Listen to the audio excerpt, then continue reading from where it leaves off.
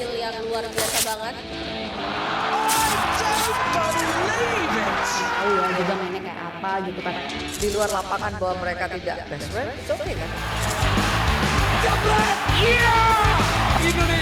Masuk lapangan tuh kayak lebih yakin gitu. Hai Jebret Team, balik lagi di hari Senin, berarti waktunya PBI. Nah, di segmen kali ini kita mau ngebahas tentang Denmark Open yang sebenarnya bikin kita happy banget karena kita ada 3 perwakilan di semifinal dan sebenarnya hampir aja juga kita bikin sejarah dengan jadiin all final di sektor tunggal putri. Tapi yang sedihnya itu ternyata dari 3 wakil ini belum ada satupun yang berhasil melaju ke babak final. Nah, tapi aku nggak sendiri, kali ini kita akan bahas tuntas dan juga secara mendetail dengan para pakarnya, yaitu ada Coach 5 Negara dan juga Ciuni. Yeay. Setelah kemarin agak sepi berdua, akhirnya Sendiri lu sebelumnya. sendiri berdua, akhirnya kembali bertiga ini. Jadi kan enak gitu ya, ngobrolnya juga enak gitu. Nah, kita mau ngebahas untuk di sektor ganda putra dulu. Kemarin tuh ada Fajri yang menurut kita sebenarnya penampilannya udah cukup baik, ada peningkatan yang signifikan juga. Nah, kalau dari Lule, kita mau ngebahas perjalanan Fajri dari babak-babak awal dulu. Oke. Di babak 16 dan juga di babak 8. Di babak 8 dia juga berhasil ngalahin pasangan yang cukup bebuyutan sama dia, Iya, sering. ya kan? Menang kalah. Tapi kali ini menang straight nih. Nah, lu lihat penampilan Fajri ini dari babak pertama sampai 8 besar ini seperti apa? Fajri. Mesti gitu ya, mesti gitu ya. Ya Fajri mah sebenarnya kalau lawannya misalnya kayak yang Taiwan emang secara level emang di atas. Nah kan kadang-kadang suka kerepotan nih lawan Benlen nih, karena Benlen ini kan pasangan yang provokatif. Ya. Berarti kemarin lebih sabar mainnya. Oh, lebih Nah, sabar. lebih sabar, lebih tenang. Bukan Sabar Reza, beda ini. Sabar Reza lagi di Sumedang. Sabarnya di Sumedang, adiknya kawin. Jadi mainnya jauh lebih sabar, secara unforced error juga ya minor, nggak terlalu itu. Tapi yang sayang waktu semifinal unggul jauh jadinya kalah kan, 16-7 jadi kalah. Kayaknya penyakitnya itu ya, dari kemarin-kemarin udah unggul terus jadi kalah, Terus kesusul jadi gitu ya? kesusul. Apa itu ya yang bisa diatasin tuh kalau kayak gitu tuh unggul. Sering banget loh soalnya 16-7 jadi kalah, 22-20. 16-7 berapa tuh berarti beda? 9. Iya. Ya. 9 poin. Ya maksudnya kok bisa sampai kecolongan, apa tegang kekejar.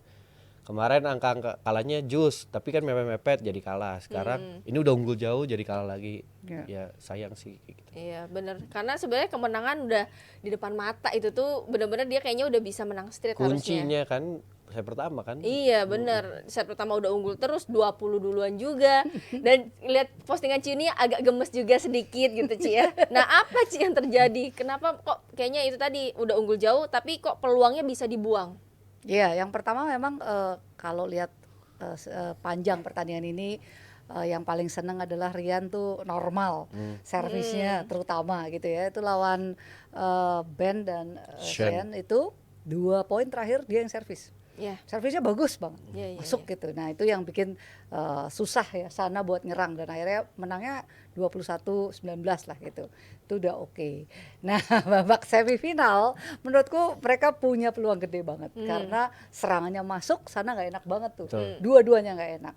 Tapi memang ada kejadian default, Iya, terus iya. adalah non tenis yang menurutku ganggu ke pasangan ini. Jadi kayak mainnya gerasak gerusuk, terus nggak bisa ngambil celah buat nyerang, malah ketotok terus. Tapi memang si yang kecil nih yang dari Denmarknya ini Astrup. servisnya tuh ngeselin.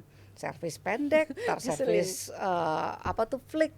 Terus sering kejadian tuh kayak mau servis ditunda, kadang mau servis jadi Sana delay. belum siap di servis gitu loh. Jadi permainan di situ tuh yang menurutku agak mengganggu Fajar dan ada gemesnya mereka kan, kayak dicolongin gitu kan emosi ya. Iya, Maksudnya iya. sebagai pemain itu Ada kadang keselnya gitu kan ya. dan itu dicolong sering banget ya. Nah Entah. tapi kan mereka udah ketemu beberapa kali Ci, pasti udah ngalamin ini juga dong. Maksudnya udah hafal lah tipikal Denmark itu memang udah identik deh dengan mainnya kayak gitu. Apakah mereka nggak bisa ngakalin juga Ci? Maksudnya dengan gua break juga nih, gua ganti bola dulu nih gitu.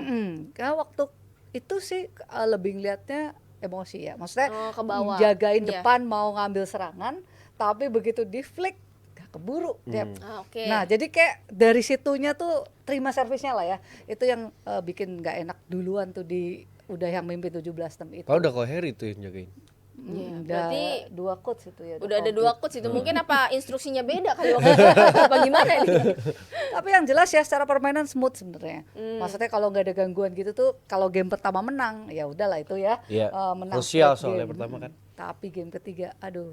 Ya, Kayak- nah itu tadi Ci ya kan ngomongin game pertama dia udah harusnya menang kalah, tapi bisa comeback tuh di game Tuh. kedua. Mm-mm. Tapi kebalap lagi, maksudnya kembali tertekan lagi, nggak bisa keluar sama sekali di game ketiga. Nah itu kalau menurut Ciuni itu kenapa? Ya karena ganda tuh awal itu penting ya. Iya nggak? Betul, Dek? Itu awal tuh udah langsung keteken terus, kayak nggak bisa nafas buat balikin mainnya tuh nggak bisa. Tapi masalahnya pada saat 6-17 buat Denmark bisa cari akal dia biar muter mainnya gitu loh. Gimana lah biar bisa keluar gitu. Ini beneran Kayaknya kita nggak bisa keluar nggak gitu Ci, ya? berkembang lah. Ya dia nggak bisa cari cara biar bisa dapat momentum baliknya, itu yang nggak bisa Dep di game ketiga. Tapi emang pemain kita terlalu sportif sih. Terlalu nice sih Iya sebenarnya. terlalu sportif. Dan Kalau lihat sopan. Li Shifeng kan Dan sampai di kartu sopan merah gitu, tuh. terlalu sopan. Karena dia Sampai delay-delay. dihafalin ya. Pokoknya Iya. kalau poin ketinggalan apa kesusul dia selalu Technical minta break-nya, sprot, spread, di iya. kaki dan buka sepatu kayak gitu Pokoknya sampai dia dihafalin dia. ngedelay, bikin lawannya tuh sebel gitu kan. Nggak enak. Kalau pemain kita kan lempeng aja, servis ya ada servis lagi gitu. Pemain Terlalu luar tuh sopan yang santun udah kita memang. udah pakai trik-trik begitu. Iya. Jadi memang nggak ada salahnya sih kita juga pakai kayak gitu. Nah, Tapi kalau jangan dari- sering-sering lah gitu. Kalau dari sisi lu, misalnya lu ngejagain anak buah lu dalam kondisi seperti itu nih kayak kemarin, apa lu harus lu teriakin, lu break dong, lu apa Sering dong? gue kayak gitu. Sering gue bilang berhenti, istirahat aja dulu, ganti aja dulu bolanya, jatuh aja dulu gue gitu. Sering gue ngomong kayak Ya, gitu. karena kan bisa juga dia minta semprot dulu atau apa sebenarnya di poin-poin udah 20-17 juga kan waktu di fall itu kan. Karena Iya. waktu pengalaman waktu itu Boy Reza lawan Isudin di Istora, itu emang hujan. Tapi nggak bocor tuh lapangan. Pura-pura bocor. Minta bocor dia minta pel-pel terus Gosovenya tuh.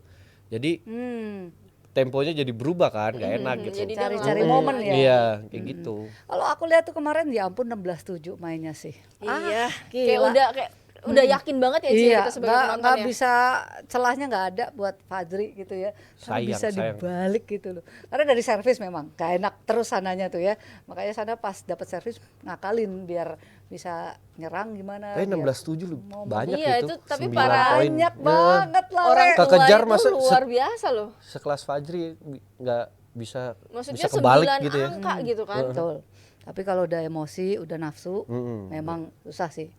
Maksudnya udah fokusnya tuh di Beda situ. udah ya. Kayak gimana caranya servisnya dia gua pokoknya matiin lah. Nah, tapi malah nggak pas-pas gitu. Nah, frustasi tuh bisa bikin frustasi dan kesusul kan kayak gitu deh. Ya, dan ada rasa penasaran kali ya. Tadi Pasti. mestinya harus mati nih, gue coba lagi, tapi ternyata jadi bumerang Udah siap, juga. udah siap Denmark Berarti ya. disengaja bisa juga kan, gue umpan lagi nih ke sini gitu kan. Iya. Itu taktik yang harus kita pelajari. Bener sih, memang kita terlalu sopan santun sih. Iya, dan tambah nafsu, serangannya tambah nggak ke arah. Itu juga sih Dep. terlalu Maksudnya dia buru-buru. mau nyemes, mau keras, mau gitu loh. Nggak ada variasi yang nyebelinya gitu kan bisa drop shot. Rian kan bisa drop shot, bisa smash, maksudnya kenceng banget kan. Iya, Itu iya. kemarin pas udah emosi gitu kurang keluar ya. Ya So- susah lah naturally ya. Ya gimana sih kalau udah main udah kayak Iya. gitu memang ya Adrenalin udah tinggi. gemes. Iya, ya ada Gitu rasa dia. gimananya gitu. Mm. Soalnya kalau kayak gini inget juga waktu pas di SEA Games final lawan si Go sama Chan Pensong, si Ucok kan memang tipikalnya yang dia yang ngulur-ngulur nih. Entah dia pura-pura ngelap, tapi kadang tuh ngulurnya tuh terlalu ekstrim gitu ya, sampai mau di kartu juga itu kan bahaya kadang. Jadi memang ya pokoknya kita tetap harus bisa pinter-pinter, tapi ya itu tadi tetap harus cerdik. Jadi nggak jangan lempeng-lempeng aja, harus cari gimana caranya buat ngerusak momen dari lawan sendiri Cara gitu kan. juga ya. Jadi semoga nanti ada pelajaran yang bikin nggak lempeng-lempeng lah gitu ya. Iya, padahal tuh potensi ke finalnya gede sih. Iya benar sekali. Dan potensi juara juga sebenarnya terbuka lebar ya kalau lihat dari permainan dia ya Ci ya. Iya, betul. Nah kalau kita beranjak ke pasangan lainnya, ada juga yang berangkat kemarin Baga sama Leo. Tapi kali ini memang berhenti lebih awal dari Liang Wenqiang sama Wang Chan, karena kan mungkin mereka belum ada peringkat juga ya Le ya. Jadi ketemu lagi di awal, tapi cukup ketat 17 sama 18. Nah kalau lu lihat dari pasangan ini apa yang harus lebih dijaga dan apa yang harus lebih diimprove? Kalau menurut gue harus lebih banyak variasi gitu. Karena kemarin awal-awal karena pasangan baru orang juga kaget gitu. Sekarang udah mulai dipelajarin. Jadi memang harus ada jalan lain kalau misalnya satu pola dia buntu gitu. Kalau terus dipaksain, kalau emang nggak maksudnya nggak jalan, itu kan bakal jadi bumerang buat dia. Jadi memang harus ada plan lain, atau defend dulu, atau main nolo panjang, nolo pendek, ya banyak pola lah kayak gitu. Jadi memang harus, ya startingnya nggak bisa langsung maunya A gitu, terus gitu, ya nggak bisa juga gitu. Ya. Karena kan mungkin udah kebaca juga, Ci. Nah, apa sih yang harus, ya itu tadi, supaya lu harus rubah ininya, lu harus rubah ininya. Iya, kalau ngomongin serangan kan mereka pas ya. Sambungannya tuh Enak gitu.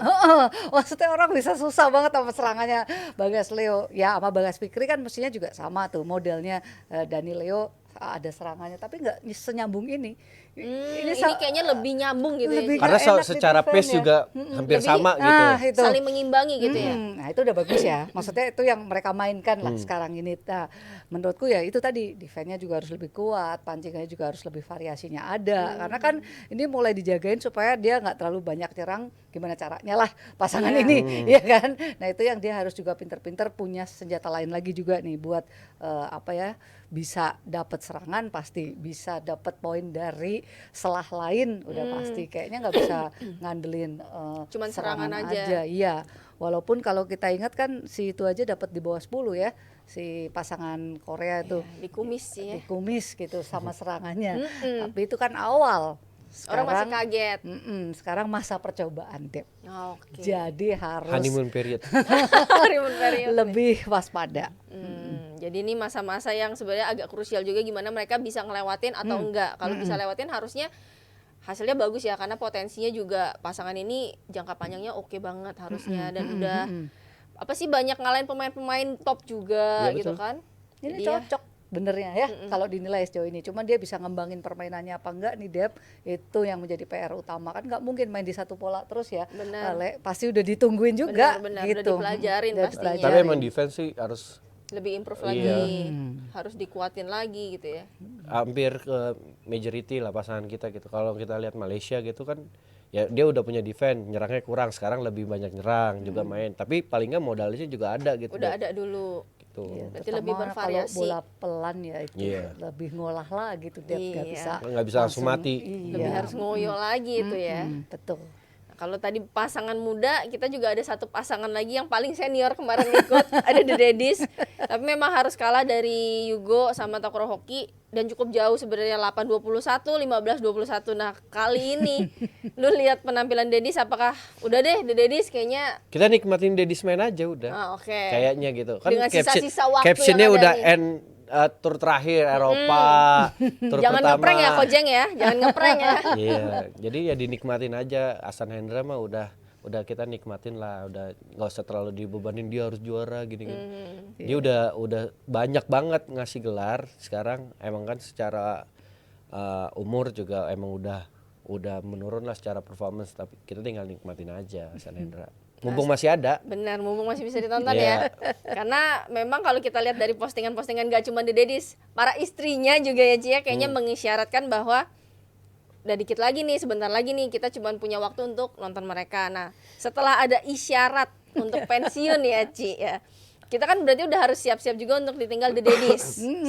Sebelumnya kita ditinggal Minions, sekarang The Daddies. Apakah sebenarnya nih PBSI juga harus ambil langkah yang cepat untuk gua book dulu deh jadi pelatih nih di sektor gua, di sektor ganda putra, keburu ya kita tahu sendiri ya The Daddies itu di mancanegara itu jadi inceran semua negara kan ya Ci. Itu gimana tuh Ci? Iya, kemarin juga jagain mix, ada hasilnya juga lah kayak gitu ya. Cuman memang ini journey-nya harus mulai dari nol lah bagi The Daddies kalau mau ngelatih, karena beda dong ya ngelatih sama main. Tapi kalau nanya bekal, ya dia paling komplit lah, head to toe kayaknya, dari zaman paling muda pensiunnya paling tua gitu Benar ya, juga. dengan prestasi yang segudang gambreng, ya kan. Nah cuman memang dia sendiri passionnya di mana, itu juga kan yang harus dijawab sama The Daddies. Bener nggak mau ngelatih? Ngelatih itu nggak enak ya Le ya. Waktu habis juga kayak pemain aja. Malah lebih berat mikirin banyak gitu ya pasangan. Ini pasangan lagi yang mesti di mix and match gitu ya. Terus habis itu mastiin mereka di track. Itu menurutku kerjanya nggak gampang bagi ya semua pelatih gitu. Nah kalau mereka passionnya di situ, ya why not Indonesia ya untuk bisa punya mereka kayak gitu. Ini nggak cuman masalah merekanya jadi pelatih, jadi sparring pun masih bagus. Main setengah, main seperempat, bolanya masih bisa nyusahin. Dan yang paling mereka punya adalah pengalaman di lapangan, yang mana mereka bisa terapin lah ya ke dalam apanya nih nanti anak buahnya lah kayak gitu ya. Cuman masalahnya The Daddies ini memang punya pukulan yang taktis banget ya Le, yang nggak bisa ada tiga pertamanya nggak luar bisa biasa ada gitu. obatnya gitu Iya, kan. benar, Tapi benar. ketemu yang lain kan dia harus adjusting bahwa maksudnya pemain lain tuh nggak bisa kayak dia, right? Betul. Jadi dia harus bisa mikirin, disamaratakan. harus mikirin tuh harus kayak gimana nih ngolahnya mereka gitu ya. Betul. Iya kan? Emang mau ngelatih di mana emang? Gitu. Wah banyak kalau Kojeng kayaknya dari Tawarannya mungkin banyak ya, banyak Nggak tahu banget nih. sih. Apalagi Debbie mungkin yang paling tahu. di vlog terakhir kan udah dipanggilnya coach ya. Jadi Asik, kayaknya iya. udah mengisyaratkan gitu. Ya mudah-mudahan kalau memang ada passionnya sebagai pelatih bisa lebih apa ya mengembangkan lagi bakat-bakatnya untuk di prestasi Indonesia pastinya. Apalagi kalau ngebayangin kayak Kojeng sendiri jadi pelatih mungkin di bawah Koar gitu kayaknya bakal bagus banget juga untuk atlet-atletnya kan pasti juga ada segennya. Oh, ini ada panutannya nih. Plus pelatihnya nggak mungkin datang telat ya, jadi anak buah jangan telat kan gitu kan ya. Itu Masa udah pelatihnya pasti. lebih rajin gitu kan? Dan kita melihat tuh regenerasi perlu deh Iya. di kepelatihan. Betul. Maksudnya yang top-top gitu yang bisa ngangkat ganda putra loh ini. Maksudnya andalan utama kita lah kayak gitu ya kan Le? Betul. Gitu. Oh, semoga apapun nanti jalan yang dipilih bisa lebih apa ya meningkatkan prestasi untuk bulu tangkis Indonesia Amin. pastinya. Oke, dan aku mau ngingetin ke kalian jangan lupa juga kalau Jebretin nanti malam jam 8 nih akan ada DPI di Jebret Media TV. Jadi jangan kemana-mana, kita akan kembali setelah yang satu ini.